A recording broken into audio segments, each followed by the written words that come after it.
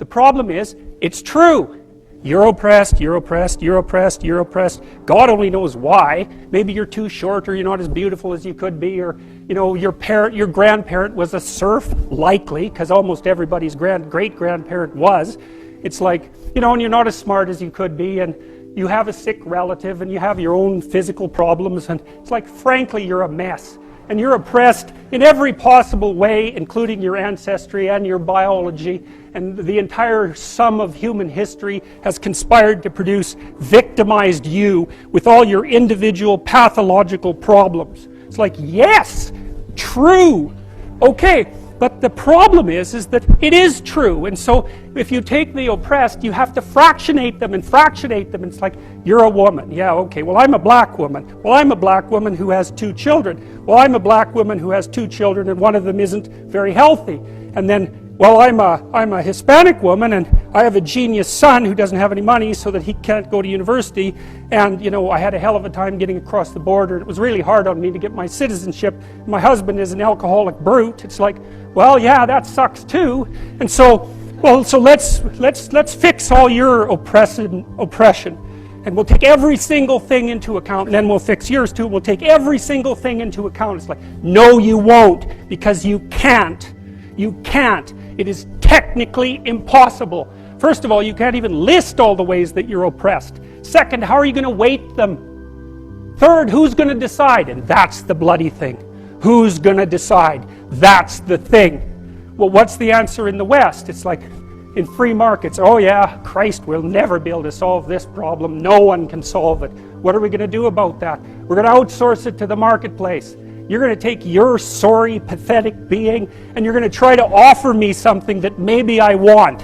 And I'm going to take my sorry, pathetic being, and I'm going to say, well, all things considered, as well as I can understand them, maybe I could give you this much money, which is actually a promise, for that thing.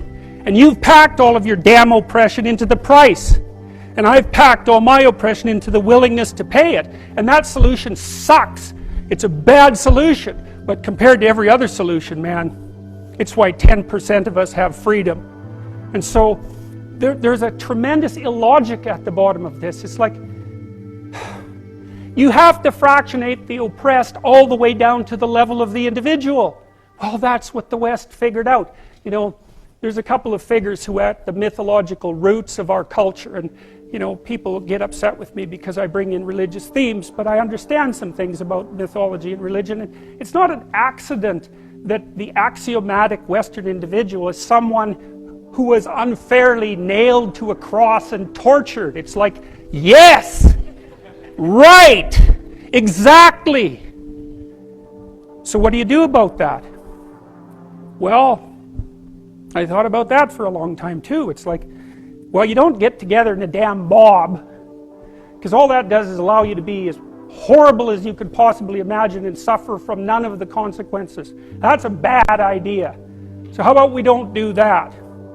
Well, there's a deep idea in the West too. It's like, pick up your damn suffering and bear it and try to be a good person so you don't make it worse. Well, that's a truth. I read a lot about the terrible things that people have done to each other. You just cannot even imagine it. It's so awful. So you don't want to be someone like that. Now, do you have a reason to be? Yes! You have lots of reasons to be. God, there's reasons to be resentful about your existence. Everyone you know is going to die. You too. And there's going to be a fair bit of pain along the way, and lots of it's going to be unfair. It's like, yeah, no wonder you're resentful. It's like, act it out and see what happens. You make everything you're complaining about infinitely worse. There's this idea that hell is a bottomless pit, and that's because no matter how bad it is, some stupid son of a bitch like you could figure out a way to make it a lot worse. So you think, well, what do you do about that? Well, you accept it. That's what life is like. It's suffering. That's what the religious people have always said. Life is suffering. Yes. Well, who wants to admit that? Well, just think about it. Well, so what do you do in the face of that suffering? Try to reduce it. Start with yourself. What good are you? Get yourself together for Christ's sake, so that when your father dies, you're not whining away in a corner, and you can help plan the funeral, and you can stand up solidly so that people can rely on you. That's better. Don't be a damn victim. Of course you're a victim. Jesus, obviously. Put yourself together. And then maybe if you put yourself together, you know how to do that. You know what's wrong with you, if you'll admit it. You know there's a few things you could polish up a little bit, that you might even be able to manage in your insufficient present condition. And so you might shine yourself up a little bit, and then your eyes will be a little more open, then you can shine yourself up a little bit more, and then maybe you could bring your family together instead of having them be the hateful, spiteful, neurotic, infighting batch that you're doomed to spend Christmas with. So then you fix yourself up a little bit, kind of humbly, because, God, you're a fixer-upper if there ever was one. And then you got to figure out, well, can you figure out how to make peace with your idiot brother? And probably not, because he's just as dumb as you, so how the hell are you going to manage that?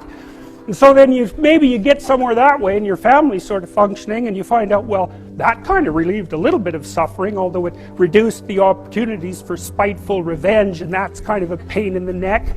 And so then you get your family together a little bit, and you're a little clued in then, at least a bit, because you've done something difficult that's actually difficult. You're a little wiser, and so then maybe you could put a tentative finger out beyond the family and try to change some little thing without wrecking it. It's like, our society is complex, and we teach our students that they could just fix it. It's like, go fix a military helicopter and see how far you get with that. It's like, what are you going to do? You're like a chimp with a wrench. Whack! Oh, look, it's better. It's like, no, it's not better. Things are complicated, and to fix things is really hard, and you have to be like a golden tool to fix things, and you're not. So, and that's the other message of the West. It's like, how do you overcome the suffering of life? And I'm not saying it's only the message of the West. How do you overcome the suffering of life? Is be a better person. That's how you do it.